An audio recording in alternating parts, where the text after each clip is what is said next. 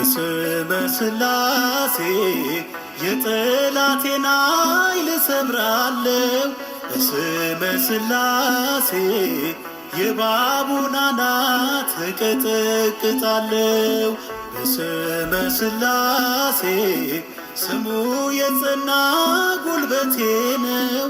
በስመ ሥላሴ ሥላሴ ብዬ ሁሉን እረታለሁ።